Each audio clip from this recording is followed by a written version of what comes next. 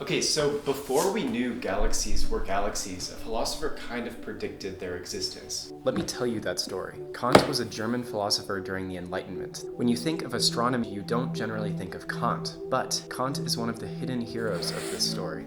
So it wasn't until very, very recently that we discovered what galaxies actually are. For a long time, they were just oddly shaped smudges up in the sky that we called nebulae.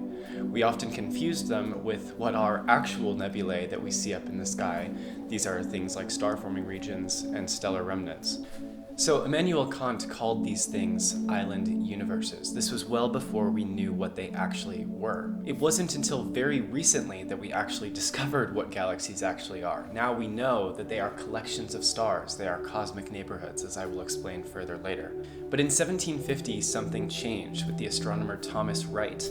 He was the first to realize that perhaps the band of stars that we see across our night sky, the Milky Way galaxy as we now call it, was just an artifact of us being within a plane of stars, us being within that circular disk of stars that is our Milky Way galaxy. He said that it was, quote, an optical effect due to our immersion in what locally approximates to a flat layer of stars.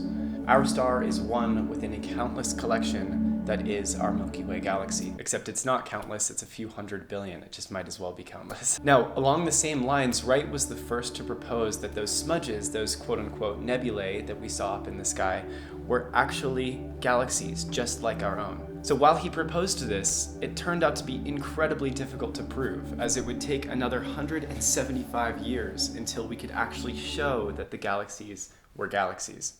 It wasn't until 1924 when the astronomer Edwin Hubble, the human, not the observatory in space, showed that these were distant galaxies, not nebulae. He did so using something called Cepheid variables.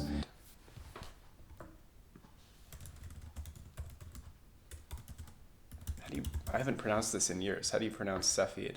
Cepheid. Cepheid. These aren't scripted. Okay, now these are incredibly useful stars in the realm of cosmology and just astrophysics in general. One of the hardest jobs of astronomers is figuring out how far away things are. When we look up in the night sky, it's not immediately clear if something is dim because it's dim and close to us, or if it's dim because it's just super bright and far away. So we need to use something called a distance ladder. We use different tools in order to determine how far away things are in the universe. Cepheid variable stars are incredibly useful in this regard. This is a type of star that pulsates over time, and the rate at which it pulsates is directly corresponded to how bright it is.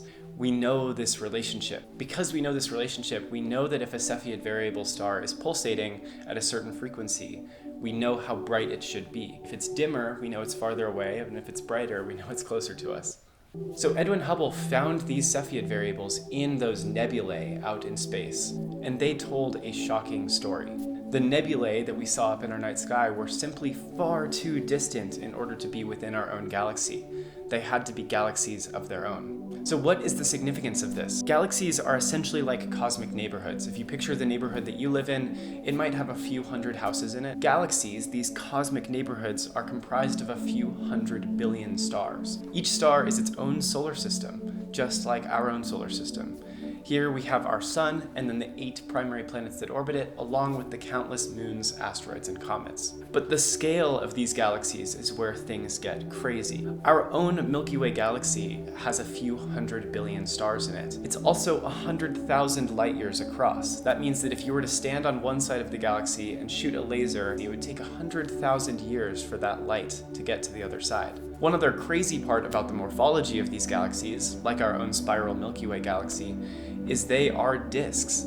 If our galaxy is 100,000 light years across, it is only 1,000 light years thick. That is to say, our Milky Way galaxy is 100 times wider than it is thick. Now, that ratio of dimensions is actually a familiar one. There are these ancient artifacts that I know I'm familiar with called CDs. It stands for compact disc. Now, a compact disc is actually exactly 100 times wider than it is thick. That is to say that if you were to scale up a CD to the size of a galaxy, it would be the same proportions as our Milky Way galaxy. Because of these scales, the unfortunate fact is that humans will never leave our Milky Way galaxy. Even if we could travel at the fastest we possibly can, which is the speed of light, it would still take a single human 100,000 years to traverse the Milky Way. That is too long for space travel. Even the Voyager missions that we sent out and have officially left our solar system will never leave the galaxy.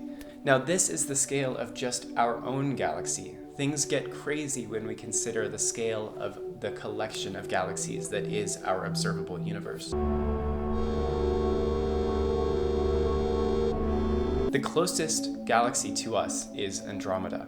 Andromeda is still 4 million light years away from us. If we were to have cosmic explorers in the future and our goal was to make it to the next galaxy over, it would take 4 million years if we were to travel at the speed of light. So this is the story, right? This is the scale, the breadth of galaxies. And it's just a reminder that, well, Kant really wasn't that far off.